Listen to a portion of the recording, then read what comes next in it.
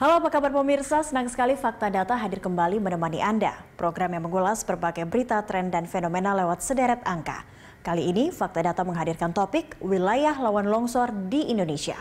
Gigitan ular pasca tsunami Selat Sunda dan resolusi kesehatan terpopuler di tahun ini. Bersama saya, Cakri Miller, inilah Fakta Data.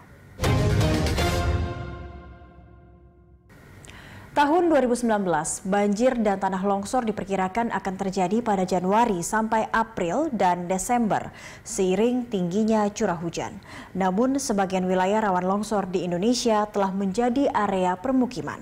Sementara sosialisasi pada warga bagaimana menghadapi bencana tanah longsor amat minim.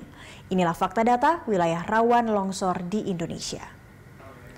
2018 ditutup dengan bencana longsor yang terjadi di Kampung Cimapak, Desa Sirna Resmi, Kecamatan Cisolok, Kabupaten Sukabumi, Jawa Barat.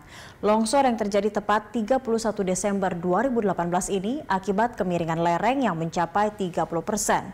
Kondisi tanah yang mudah menyerap air dan kontur tanah yang gembur.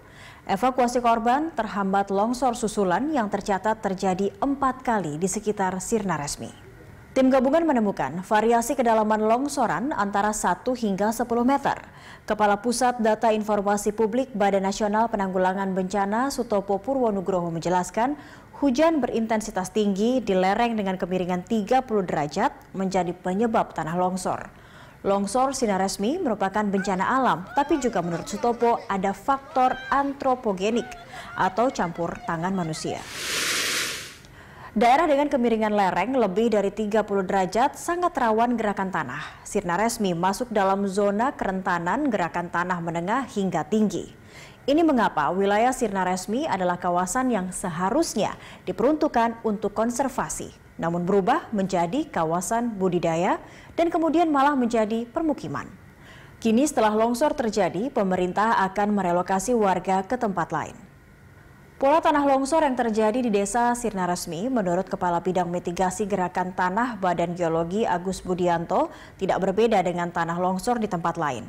Pemicunya adalah morfologi yang miring, material pembentuk berupa tanah gembur, adanya perubahan tata guna lahan, kemudian turun hujan.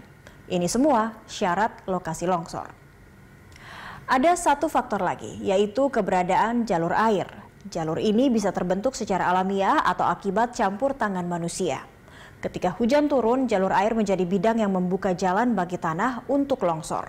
Jalur air ini bisa berupa anak-anak sungai kecil di antara pepohonan. Dan tanah longsor bisa diantisipasi dengan mengatur jalur air. Warga disarankan untuk menggeser jalur air atau membentuk saluran yang lebih landai serta mengalihkan arahnya menjauhi permukiman.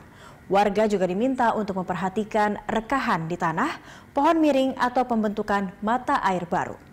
Rekahan tanah di atas bukit harus secepatnya ditambal dengan campuran pasir kasar dan lempung.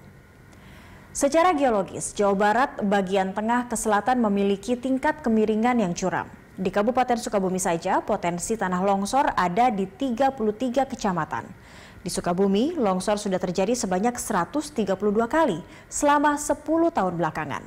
Dan bencana di Jawa Barat yang terjadi pada 2018 didominasi oleh tanah longsor. Ada 544 kejadian tanah longsor di Jawa Barat tahun lalu. Longsor menjadi bencana yang paling mematikan sejak tahun 2014 hingga saat ini. Sekitar 40,9 juta jiwa masyarakat Indonesia tinggal di daerah rawan longsor, kategori sedang hingga tinggi. Masyarakat yang tinggal di daerah rawan longsor saat ini jumlahnya ditaksir lebih banyak. Kepala Pusat Data Informasi Publik BNPB Sutopo Purwonugroho menyebut, kisaran angka 40,90 jiwa itu diambil berdasarkan sensus penduduk tahun 2010. Peta kerawanan bencana yang dibuat Badan Geologi Kementerian Energi dan Sumber Daya Mineral menyebutkan sebanyak 441 kabupaten kota di Indonesia termasuk daerah rawan longsor dengan kategori sedang hingga tinggi. Ini artinya 87,5% dari jumlah total 504 kabupaten kota di Indonesia dipetakan rawan longsor. Daerah rawan longsor itu tersebar di sepanjang Bukit Barisan di Sumatera, Jawa bagian tengah dan selatan, Bali, Nusa Tenggara, Sulawesi, Maluku, dan Papua. Warga yang hidup di pegunungan, perbukitan, dan lereng-lereng yang curam yang dipetakan rawan longsor tinggal tanpa dibekali dengan kemampuan mitigasi bencana. Sementara tahun musim hujan seperti saat ini, longsor marak terjadi. Tahun 2019, banjir dan tanah longsor diperkirakan terjadi pada Januari sampai April dan Desember seiring tingginya curah hujan. Kepala Pusat Data Informasi Publik BNPB Sutopo Purwonugroho menyatakan seharusnya daerah-daerah yang berpotensi longsor tidak boleh untuk permukiman. Permukiman seharusnya menimbang analisis resiko bencana dan tata ruang yang mendetail. Anda bisa membuka peta rawan longsor di situs Badan Geologi Kementerian Energi dan Sumber Daya Mineral. Peta terbaru dan peta kerawanan bencana seharusnya menjadi acuan Kementerian Agraria dan Tata Ruang atau Badan Pertanahan Nasional untuk memberikan izin pembangunan.